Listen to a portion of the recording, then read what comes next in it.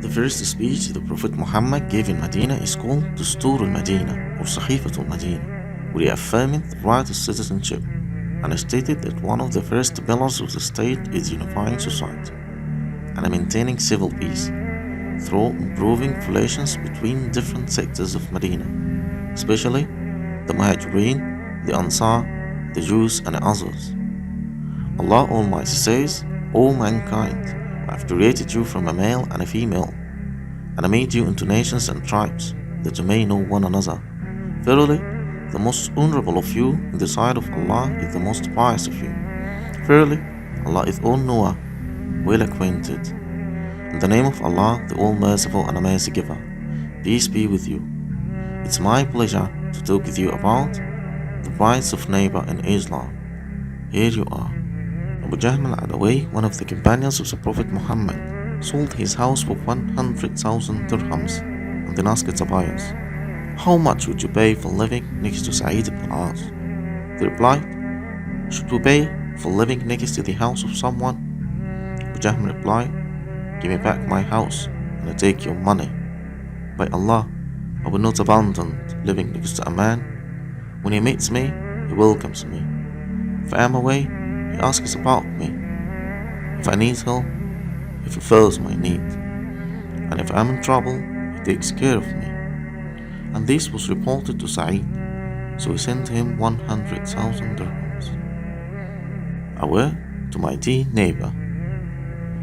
My dear next door neighbor, how beautiful it is when we pledge to send gifts, charity, and supplication. Be kind in words and deeds. Greet each other in the morning, know each other by our names. Exchange dishes, send letters on occasion, and help one another in times of trouble. I should ask about you if you are away, and you visit me if I get sick. It's nice to remember that the contract between you and me is kindness. Allah the Almighty says, worship Allah and join with Him none, and do good to parents, kinfolk, orphans, the needy, the neighbor who is near of kin, and the neighbor who is a stranger. But my neighbor does me harm. It is narrated that a man came to Abdullah ibn Mas'ud and said to him, I have a neighbor who does me harm, insults me, and hurts me. He said, if he disobeys Allah by doing you harm, obey Allah by doing good to him. Imam Abu Hanifa used to wake up at night to pray tahajjud, and often heard a neighbor of his in Kufa singing while drunk, saying, they abandoned me. What a great boy, they abandoned. Imam Abu Hanifa would continue his prayer, even though he was disturbed by the noise. One night, the Imam didn't hear the man singing. After Fajr, he asked about him. The people replied, there was a patrol of guards in the area, and they arrested him and sent him to prison. On hearing this, Abu Hanifa came to the Amir to seek his release. The Amir released him for the sake of Abu Hanifa. Imam Abu Hanifa then came to the man and said, have we abandoned you? On hearing this, the man was ashamed of his deeds and replied, no, brother, you saved and protected me. May Allah reward you with good. The man repented of his sins and stopped drinking alcohol, and became a well-known righteous man in the city, just with a little help of Abu Hanifa. But my neighbor is non-Muslim. Mujahid said, I was with Abdullah ibn Amr while his slave was skinning a sheep.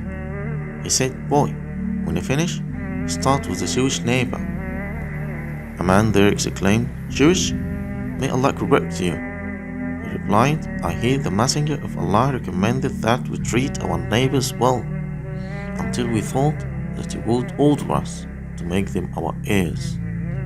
Finally, a message of sympathy. Generous neighbor, perhaps your next door neighbors cannot find a morsel of food to satisfy their hunger, so they spend the night starving, have no sabbath to eat. Then after that, they wake up to the smell of your food being cooked. They may are widows, orphans, or poor. If you do good to them and send them some of your food, this will have the greatest impact on their souls, and perhaps alleviate their hunger. Islam came to take into account people's hearts and take care of them, even with a little help.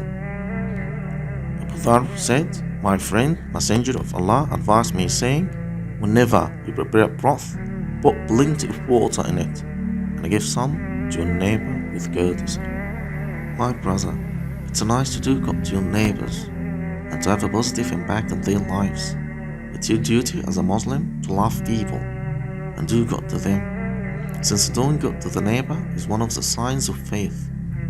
The Prophet said, "He who believes in Allah and the last day should do good to his neighbor." Oh God, make me a better neighbor, and don't make me one whose neighbors don't feel safe from his evil. Amen.